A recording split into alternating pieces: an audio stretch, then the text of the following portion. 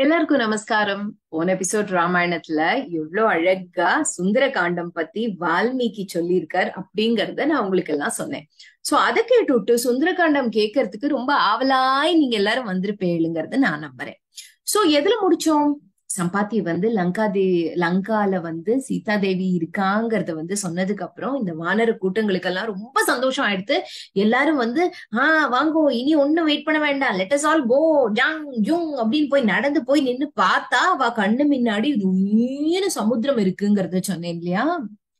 இப்ப they had a very big problem in front of them. Aeroplane எல்லாம் கிடையாது, அவ அதான் சொயின்னு போகணும். எப்படி போக போறா? சோ அதனால ஜாம்பவான் the oldest and the wisest என்ன பண்ணினார்னா, ஒவ்வொரு வானரும் கிட்டயா கேட்டாராம், நீங்க எல்லாரும் சொல்லுங்கோ, உங்களால எவ்வளவு தூரம் தாண்ட முடியும் அப்படின்னு சொன்னானாம். அதுக்கு ஒரு வானரம் சொல்லித்தான், I think I can fly up to 10 yojanas அப்படின்னு. இப்போ உங்களுக்கு எல்லாம் ஒரு ஹோம்ஒர்க். இந்த யோஜனா அப்படிங்கிறது என்னங்கிறத நீங்க கண்டுபிடிச்சிட்டு வரணும். கண்டுபிடிச்சிட்டேன்னா அதோட ஆன்சரை கமெண்ட் செக்ஷன்ல கண்டிப்பா போடுங்க. ஒரு யோஜனா is equal to how many miles or kilometers அப்படிங்கறத you will have to write. சரியா? கொஞ்சமாவது ஹோம்ஒர்க் கொடுக்கணும் இல்லையா? அதனாலதான் இந்த ஹோம்ஒர்க் உங்களுக்கு. 10 யோஜனா என்னால தாண்ட முடியும் அப்படின்னு ஃபர்ஸ்ட் வானரம் சொல்லித்தான். செகண்ட் வானரம் சொல்லிட்டு I think I can manage about 10 அப்படின்னு. தேர்ட் வானரா 20 25, இன்னொன்னு சொல்லித்தான் 30 35 அப்படின்னு.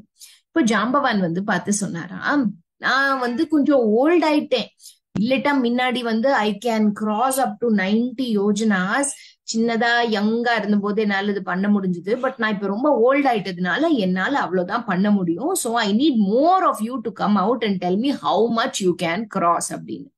அப்ப இந்த அங்கதன் இருக்கான் இல்லையா, அதாவது வாலியோட பையன், அவனும் he was the one who was leading the troopன்னு சொன்னேன் இல்லையா, அவன் என்ன பண்ணினானா, யோசிச்சு சொன்னானா, எனக்கு 100 யோஜனாஸ் தாண்ட முடியும் தான், which means that somehow I will manage to cross the ocean.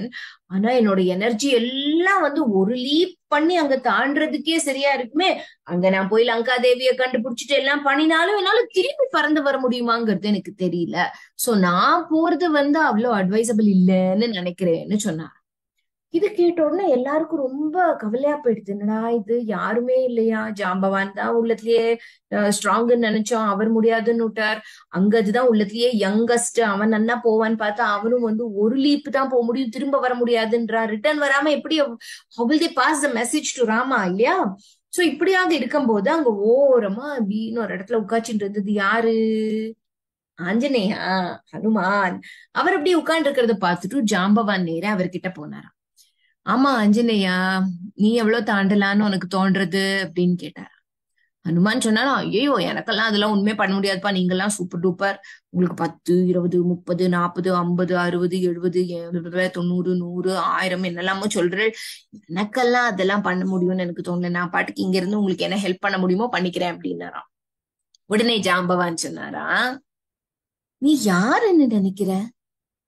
உன்னோட அப்பா யாருன்னு நினைக்கிற? உனக்கு இருக்கிற பவர்ஸ் என்னங்கிறது உனக்கு தெரியுமா ஆஞ்சநேயா அப்படின்னு கேட்டாராம். ஆஞ்சநேயாக்கு ஒண்ணுமே புரியல. பவர்ஸா? எனக்கு எங்க பவர்ஸ் அப்படின்னு கேட்டாராம். ஆமா, நீ சின்னதா இருக்கும் போது உனக்கு எல்லா காட்ஸும் பூன் கொடுத்தா. ஏன் தெரியுமா? ஒரு தடவை நீ ஓடி போய் அந்த சன்னை முழுங்குறேன்னு போயிட்ட. சன்னை முழுங்காம இருக்கணும்னு சொல்லிட்டு இந்த இந்திரன் என்ன பண்ணினா, ஒரு தண்டர் போல்ட் இருக்கு இல்லையா, அதை எடுத்து வஜ்ராயுதம் அதை எடுத்து டவக்குன்னு இடிச்சு விட்டா. அது உன்னோட தாடையில பட்டு கொடுத்து, அந்த தாடையில உடஞ்சதுனால புஷ்குன்னு வீங்கிட்டு கொடுத்து. அதனாலதான் உன் பேரு ஹனுமான்னு ஆச்சு, the one with a broken jaw.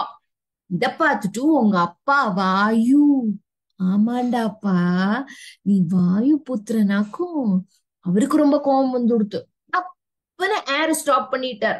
அத்தனை பேரும் எங்களால பிரீத் பண்ணவே முடியல அப்படின்னு ஒண்ணு. இந்த பிரம்மா இந்திரன் எல்லாரும் உனக்கு பயங்கரமான போன்ஸ் கொடுத்தா. ஐயோ சாரி, நாங்க தெரியாம பண்ணிட்டோம்ப்பா, ஆஞ்சநேயாக்கு நாங்க நிறைய பவர்ஸ் கொடுக்குறோம், இந்த ஃபயர் எல்லாம் அவரை ஒண்ணும் பண்ணாது, அவர் எந்த வெப்பன்ஸ்னாலையும் அவரை அழிக்க முடியாது.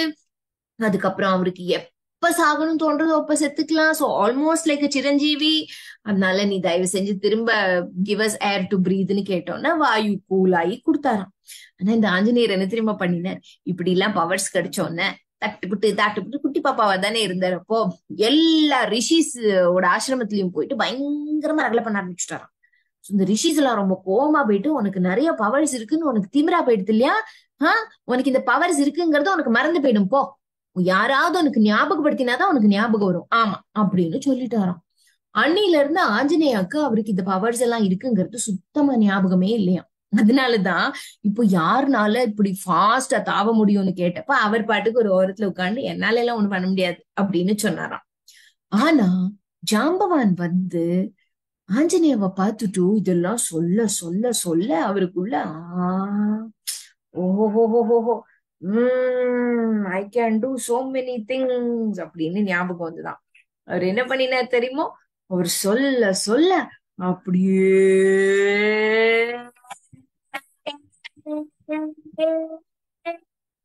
பெருசாயிட்டு போனாராம்.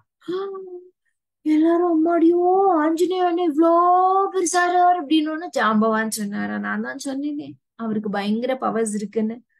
சோ இந்த காரியத்தை முடிக்க கூடிய ஒரே பர்சன் வந்து ஹனுமான் தான் அப்படின்னு சொல்லிட்டு, Hanuman please go, take your step forward, think of Rama and jump across the ocean, do the work that has been assigned to you அப்படின்னு ஜாம்பவான் சொன்னாரு.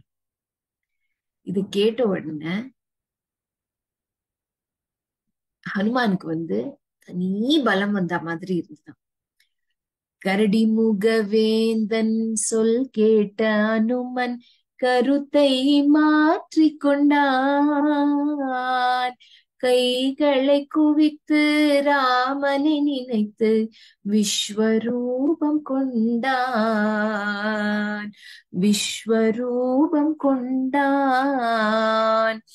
உறுதியான ஓரூழி காற்றை போல் மாருதியும் விரைந்தான். உத்தமி சீதா இருப்பிடம் தேடி லங்காபுரி சென்றான். லங்காபுரி சென்றான். ஓகேன்னு சொல்லிட்டு அங்க போய் நின்னுண்டு ஜம்னு ராமரை நினைச்சு ஜெய் ஸ்ரீராம் அப்படின்னு ஜொயின்னு பறந்து போனாராம். இங்கதான் ஒரு இம்பார்ட்டன்ட் திங். ஒரு பயங்கரமான ஜெர்னியை நோக்கி போறார். அதுவும் தனக்கு தெரியாத, இது வரைக்கும் கிராஸ் பண்ணாத ஒரு ஓஷனை கடந்து போறார். டிஃபிகல்டிஸ் எல்லாம் வரத்துக்கு சான்சஸ் நிறைய இருக்கு. வந்துதா? எக்கச்சக்கமா வந்தது. ஆஞ்சநேயா என்ன பண்ணினார்? அதுதான் ரொம்ப இம்பார்ட்டன்ட். ரொம்ப இன்ட்ரெஸ்டிங்கான எபிசோட். அடுத்த வாரம் கேட்கறதுக்கு கண்டிப்பா வந்துடுங்கோ. அது வரைக்கும் உங்களிடமிருந்து விடைபெறுவது உங்கள் லாவண்யா பிரசாத். ஹர ஹர சங்கர், ஜெய ஜெயசங்கர்.